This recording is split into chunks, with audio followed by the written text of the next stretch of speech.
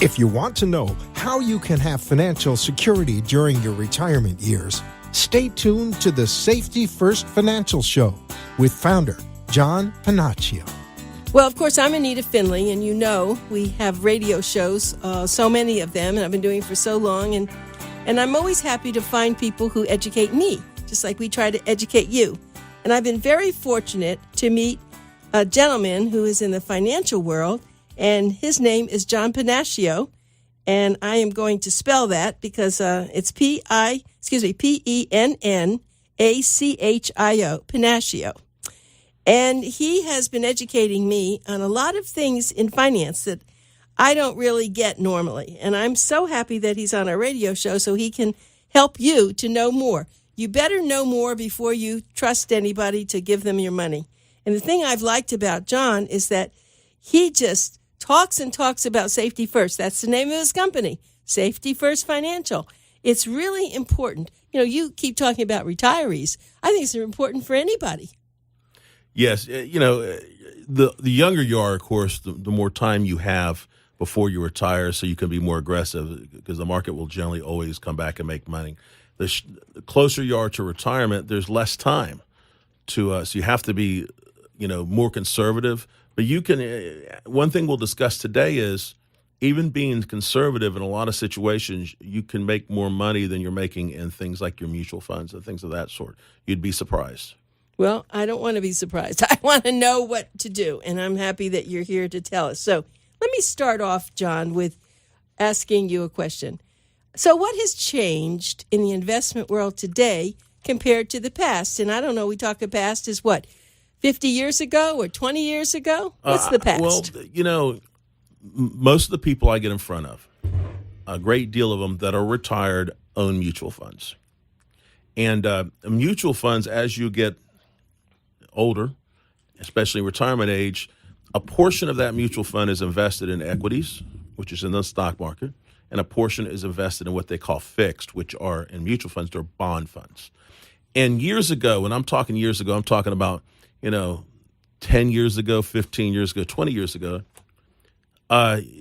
bonds were paying a much higher rate of interest. Now, let me explain this because this is important. So if you're retired, a lot of your mutual funds may be allocated with 40% or 50% in equities. And let's just say 50%. 50% in equities and 50% in bond funds. And let's say that 15 years ago, bond funds were paying 8%. 8%. Today, they're paying about 3.5%. Well, what happened during this period of time, I know a lot of people may not understand this, but I'll explain it, that if interest rates go down, you may want to write this down. As interest rates go down, bond fund values go up. So during the last 15 years, on top of them getting a good return on the bond funds, interest rates were dropping. So they're not only returning a good return on their bonds, the value of those mutual funds, the bond fund portion, were going up. Interest rates were going down, and the bond fund values were going up. So if someone had 50, 60% of their mutual funds earning 8%, and then interest rates were going down and their values were going up, it was a great time. It was much easier to make money in mutual funds for a retired person. But I want you to think about this now. Today, we're in a much different today. Because if a retired person is conservative and they have 60% of their mutual fund and bond funds earning 3.5%, that mutual fund may be charging 1.5%, 2% in fees. That means that, for instance, 50% of that mutual fund, which is in bond funds, most of the interest is being eaten up, or a great deal have been eaten up by the fees. Now, what is interest rates doing? It's sliding up ever so slowly. And if interest rates continue to slide up, what happens to the bond fund portion exactly? Going down, right? It goes down. So when you look at someone in a mutual fund today and saying that we're at an all-time market high, and with bond funds as low as they are, interest rate-wise, and with interest rates maybe creeping up, it's going to be really hard over the next 10 years to make more than, I don't even want to project, on a relatively decent time, you may make 3-4%. I was just going to say, I was even saying 5%, but you're not even going to make 5%. And that's if the market doesn't we don't get a bear market. I want you to think about this statement I'm about to give you too, because not people I get in front with, they're not 100% in the market. They usually have some money in cash and money in bond funds, okay? But I want you to think about this, that since 2000, the Dow Jones has averaged about a 3.2% annualized compounded return, not counting dividends, because there was two really big bear markets in the middle of it. It's only averaged that. So if we have another 40, 50% bear market, we're back to where the Dow Jones have made nothing since 2000. So when you take this in account, things are much different today. We're at an all-time market high. It took a lot to get here because of those two drops. But when I look at most of my clients, and most of them are in mutual funds, they're really watered down. They're watered down by the bond funds, earning 3.5%, 4%, and the fees may be half of that. It's hard to make money when you got 60% of your portfolio in that. Okay, so my question is, should people be taking all their money out of the stock market and putting them into bonds? Well, bonds are kind of problematic right now because but they won't be if the stock market falls down, right? Well, especially bond funds, because if you hold a bond to maturity, you're not going to lose money if interest rates go up. So bond funds. So it's really a situation where I believe there's something better for a retired person. I believe there's something better. That probably get into the next question you're going to have to ask me. That will kind of explain that a little bit. Yeah, I'd like to know about that because better is coming from you. We all want to know what is better. So there must be some products that you like for people who are retired, or even people just getting ready to retire. Are those secrets? Anita, you can tell us. I've been in the business a long time, and I was in the securities business, and I owned a broker-dealer, okay? And that's like a Merrill Lynch or Dean Witter. And one thing that opened my eyes is a good fixed index annuity, a good one. And there's difference between what I consider good ones and bad ones, okay?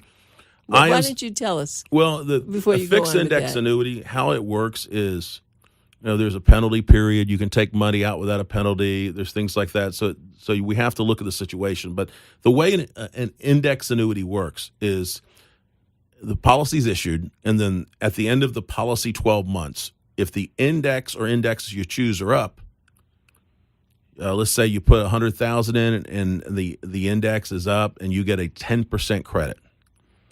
It's not in the market, but it follows the index. So now you have $110,000. You made $10,000. You have $110,000. That's locked in.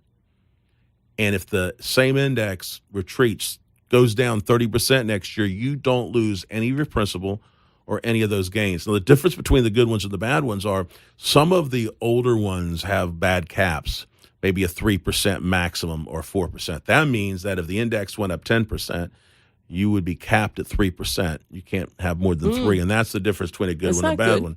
The ones I like either have very high caps or no caps. They have some allocations that you may get 70 or 80% of the entire gain. Well, I want you to think about this a second. If your mutual funds are watered down with having bond funds in there, and if the market makes 10%, but if 60% of your money that's in that mutual fund is earning 3.5%, and then you take out 2% in fees, you're nowhere near 10%. You're closer to 4% when it's all said and done. So in most cases, when I sit down with my clients, my index annuities have outperformed their mutual fund in these great years.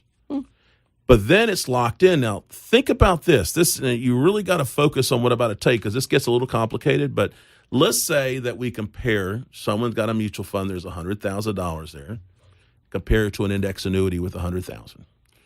And, something bad happens. We have a extremely bear market, and they lose $40,000. So their 100 is now worth 60. We don't lose anything, so we're still at 100.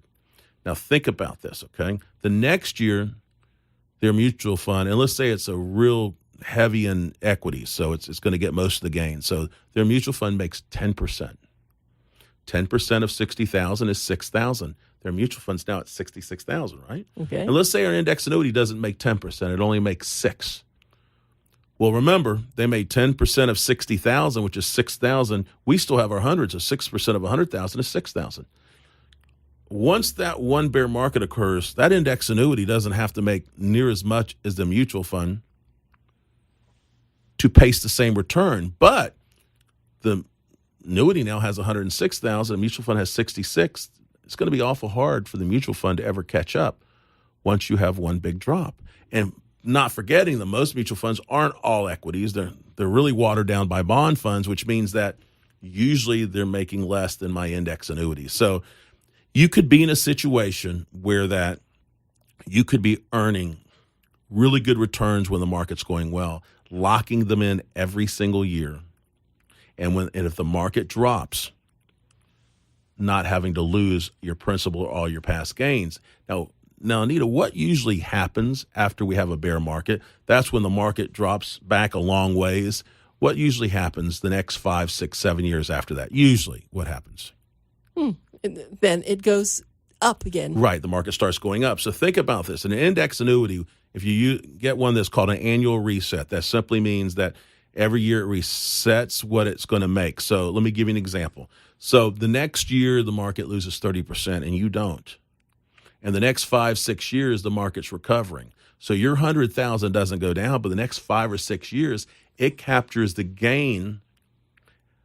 Every year that the market goes up, the market may not have even gotten even yet, but every year it goes up, that 100,000 goes 100 to 106 to 112 to 115. It's fabulous. So it's not a bad thing for an index annuity, fixed index annuity.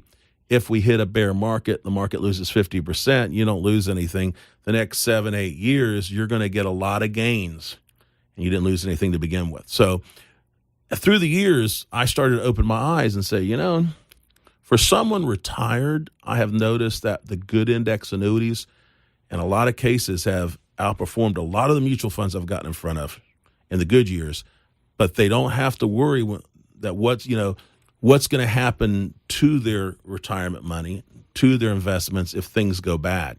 And I want to stop you because I want people to know who they're listening to. And it's John PENNACHIO, PENNACHIO, PENNACHIO, John PENNACHIO, and he is the founder of the Safety First Financial. And let me tell you, he says that very carefully. That's why he named this Safety First, because that's what he believes. Let me give you his phone number. He looks forward to talking to you. He'll talk to you on the phone. He'll invite you for a private consultation, and there's no cost for this. I mean, it's a wonderful thing to have this person who is so smart, so nice, and I think you hear that over the radio. He really is. He isn't fast talking like you can turn on some of the stations and, I don't know, just stay away. But I think that John is he is very special. His phone number is 954-564-0052. And when it rings, just hit number 1. So I'm going to repeat this. Get your pencils out. Remember, this is Pencil Talk Radio. Call him at 954-564-0052 and extension 1. Anita, I want to mention one other thing. If you're out there and you own an annuity of any type, some of these annuities are fabulous, but some of them aren't so fabulous. And a lot of times there's hidden things that you're not aware of. So if you own an annuity, give me a call. I'll be happy to sit down with you, no obligation, no charge, to review your annuity and make sure you understand how it works. Some of these variable annuities, an annuity in the stock market, a lot of times the fees are in excess of 3.5% per year. So in other words, if you got a couple $100,000 in a variable annuity, which I see all the time, you're spending $7,000 to $8,000 a year in fees. But it's made up. Variable annuity is nothing more than a mutual fund and an annuity wrapper. So you still have that same problem where if you're retired, a lot of time it's allocated where a great deal of that's in bond funds. So think about this. If the bond funds are earning 3.5%, your fees are 3.5%. What good is it? You might as well put the money under your mattress. And I see it all the time. So if you own an annuity, really? I'd be happy to. I really look at myself as one of the real annuity experts in South Florida. I would be happy to review it with you, go over it, make sure you understand it. If you have income riders, there's a lot of little gotchas with those income riders. I have people all the time that need to tell me, they come into my seminar and they go, oh, I got a 7% guarantee on my annuity. And they think it's with the cash value, but it's not. It's with this other part of the annuity that's called the income guarantee. So a lot of complications to it. So if you own an annuity, it may be worth your time to give me a call and look to see if you have, one that I would consider one of the real good ones. So I have to ask you a question, though. If someone has an annuity, are they receiving money every quarter or every month, or it just keeps growing? How does that work? If they want income, they can take income from annuity, of course. If they don't want income, it will continue to grow. Now, if it's a non-qualified annuity, a non-IRA, and you don't take income, so let's say you have it's easy to use $100,000. Say you have $100,000 in a fixed index annuity, and it makes 10% this year, and that's $10,000. If you don't need any money from the annuity, it's tax deferred, so you do not pay income tax on that $10,000 deferred. So it could, so think about this. If you were in a 20% tax bracket, that would have been $2,000 paid in taxes. That money's sitting in the annuity still gaining interest that would have been paid in taxes. And over a period of time, the compounding effect of that could be pretty much big. Better to leave it in there as long as you don't need it. But as you said, I think before, that if you do need it, there is a way to get money out without being penalized. Yes. Most of these annuities, they may have a 5-year, 7-year, 10-year surrender period, but most of them you can take out 10% a year without a penalty. Of course, most of them at death. There is no penalty. If you're terminally ill, if you become terminally ill, they waive the penalty. Nursing home, Really? They waive the penalty. Yeah, there's most of the reasons why you may have to access a great deal of your money, they waive the penalties for those reasons on most of these annuities. That's really great.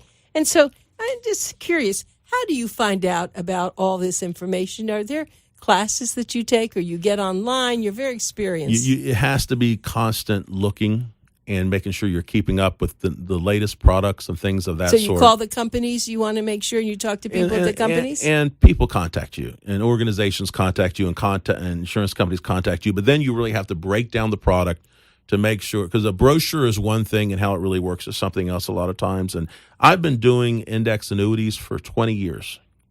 So been in the business 33, but I've been and the scary part is I've met with clients, they go, oh, my broker showed me one. And he just found out about them, or she just found out about them. Well, a lot of brokers are now getting involved in index annuities. A lot of your financial planners, your stockbrokers, because they're finding out how good they are. Well, I tell people, do you really want to do business with somebody on that product when they're just figuring it out? Absolutely not. Absolutely not. That's what I think so special about you, and I'm calling you now the annuities expert. Okay? Well, I think it's important because you've just brought up a very good point, John PENNACHIO. And I'll give you his phone number again. He said, look, no matter what you have, let's look at him as a second opinion guy. You may not ever do any business with him, but you may just go and see what he has to say. He's willing to give you his time, and that time's worth a lot of money. He has a beautiful office in Fort Lauderdale off East Oakland Park Boulevard. His phone number is 954-564-0052. Again, that's 954-564-0052. And his name is John PENNACHIO, PENNACHIO. The name of his company is Safety First Financial, which is really important. Also, we have little satellite offices in Plantation and Boca and Aventura, so even all the way out to Stewart. So if don't think that you have to drive to Fort Lauderdale. If you're not in the Fort Lauderdale area, we'll see if you're near one of our satellite offices. And if it need be and you don't get around, well, we'll come to your house. We prefer to work out of the office because all our tools are there, everything we need. But we want to help someone that a lot of times, big name broker with the big name company may not come to your house, but everybody's important to us. So yes, I know they are, and it's just a way that you have, and I just have to say that, as you said, retirees, they're two things when you ask them: it's their money and it's their health, and they absolutely have to have. If they don't have the money, their health's going to go down. If they have their health, they want to be able to do something with it. So, do they use you pretty much for when you become their financial consultant, their financial friend? And then let's say they need someone, an elder law attorney. They need some other things. Do you help them with all this? I'm like a good coach. A good coach of a football team, for instance, have a good offensive coordinator, good defensive coordinator. So I know a good elder attorney. I know a good trust attorney, good CPA. So if you need help with something, I'm not going to be the jack of all trades, but I can lead you in the right direction. I've really myself try to focus on the no risk side of this. So if you come to me and say, "Hey, John, I heard this great stock. I want to check into it." I'm not your guy for that. I'm your guy that you want to get a good, consistent, nice return without risking your money. If you're concerned about convalescent care, healthcare costs, I think I have solutions for that. That's different than a lot of people would have. I'm not saying that long-term care insurance is bad, but I don't like dishing out premiums your whole life and that maybe not be able to use it. So I can help out a lot of people that way differently than how most people can to pay for those long-term care situations or home health care, assisted living, if that ends up happening. I think we mentioned this in the past before, but one of the most troubling things I come across in my business, most troubling, severe, is that, and I'll give you an example of a lady that entered my office not long ago from a seminar, and she said, "John, I have a problem." She goes, "My husband has a very good pension. It's a little over $40,000 a year, and we get 2 Social Security checks. So combined, we're making about $70,000 a year, and we actually bank about $20,000 a year. And I have about $500,000 put away. And at my husband's death, if he was to die first, we're going to lose his pension. It's $40,000 a year, and we're going to lose one of the smaller Social Security checks, which is hers." And she said that if something happens to my husband, I'm going to be left with about $22,000 a year in income. So that $500,000 we had set aside was going to help me make up for this close to $50,000 loss in income. Not knowing that 3 years ago her husband would enter a nursing home at close to $100,000 a year. So she says, "John, I'm down to $200,000 now. I'm getting very concerned because they've gone through $300,000. And So what would you do for someone like that? well, it's hard to do anything for them at this point. There are some things they can do. I wish you'd came to me earlier. But it's planning ahead, and there's all kinds of things you can do. But you have to plan before something like this happens, because here's the problem now. If she goes through the rest of the money and then he dies, she will not only be broke, she won't have enough income to pay her bills. And then she'll be dependent on her kids, which is the one thing she didn't want to be. This is one of the most devastating things, because if nursing home care is $85,000 to $120,000 a year, depending on your location, today, and it was $70,000 a year 10 years ago, how much will it be 10 years from now? $130,000, $150,000 a year? We never think of that, John. So, because inflation is different for these type of things. We think about 2% inflation. Healthcare cost is not 2%. It's way more. So, we could do everything right. We could have picked out the right investments. We could have done really good tax planning. And we could have worked at a job to get a pension, which this day and age, as people my age, we're not seeing pensions anymore. That's why there's the 401ks. But you could have done everything right, but either spouse ending up in and people say, "Well, I'm not going to go in nursing. I'm going to stay at home." Right. What's it more expensive at home? It's much more expensive at home. So what you may think is $8,000 to $10,000 a year in a nursing home, I have an aunt that got home care for several years, and it got up to $18,000 a month. So it's something that you could have done everything right, and it wipes you out. Well, I have really smart planning for this type of things. Things that work, that protects you, without just saying, "Hey, I'm just going to go on Medicaid, do certain little tricks where I can do that," because that isn't always the best choice. So it would take a long time to go through some of these things, but if I sit down with someone, I can show them how to manage their personal situation so that they can cover this without a premium. Okay, so I have a question. Why don't you, maybe we have to save this for the next time, but maybe why don't you think of someone who came in, a couple or a person, and what you did when they came in with what you had and what you did. And if we can't finish it now, we'll do it next time. I can give you one example. I think that would be good. Okay, there's specific type of life insurance policy, specific type. And if you're insurable, now to be insurable, you can have blood pressure, but you take medications under control. You can even have diabetes, but you have to be taking medications under control. You can't have 7 different problems, but so you have to be insurable. But a specific type of life insurance, for instance, you put $100,000 single premium in. And if you need your $100,000, it's there. There's no penalty. And it goes up with an index, just like an annuity. So after the first year, it could be worth $106,000. There is no penalties with this product. So if you want it out after a year, you take your $106,000. But the death benefit, for instance, may be $250,000. So you put in $100,000, your death benefit's $250,000. Okay? And if you can't do 2 of 6 ADLs, activity of daily living, bathing, transporting yourself, cooking, then it will accelerate over 4 years. It will pay you out 96% of the death benefit. Wow. So it turns your $100,000 into $250,000 or $300,000, and that number grows. That's amazing. Now, that is a very good example. So, maybe we have to think of some other examples like that, and you can bring them to us. So the things you can do like that to help out, and one of the next ones we can go into more detail on that. But I'd like to do that. Maybe there should be examples of what you can do. You've been doing this a long time, and I'm sure you have a lot of happy people. So let's just give your name again. It's John Pennacchio, PENNACHIO. The phone number to call is 954-564-0052, and that's extension 1. And the new Boomer Times, the September issue is coming out.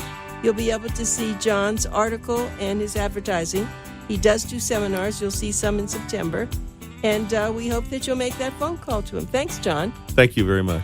Be sure to listen each Saturday morning from 7:30 to 8 on WSBR and hear John Pennacchio, founder of Safety First Financial, talk about important retirement strategies. Call 954-564-0052 or go to their website, sfinancial.net.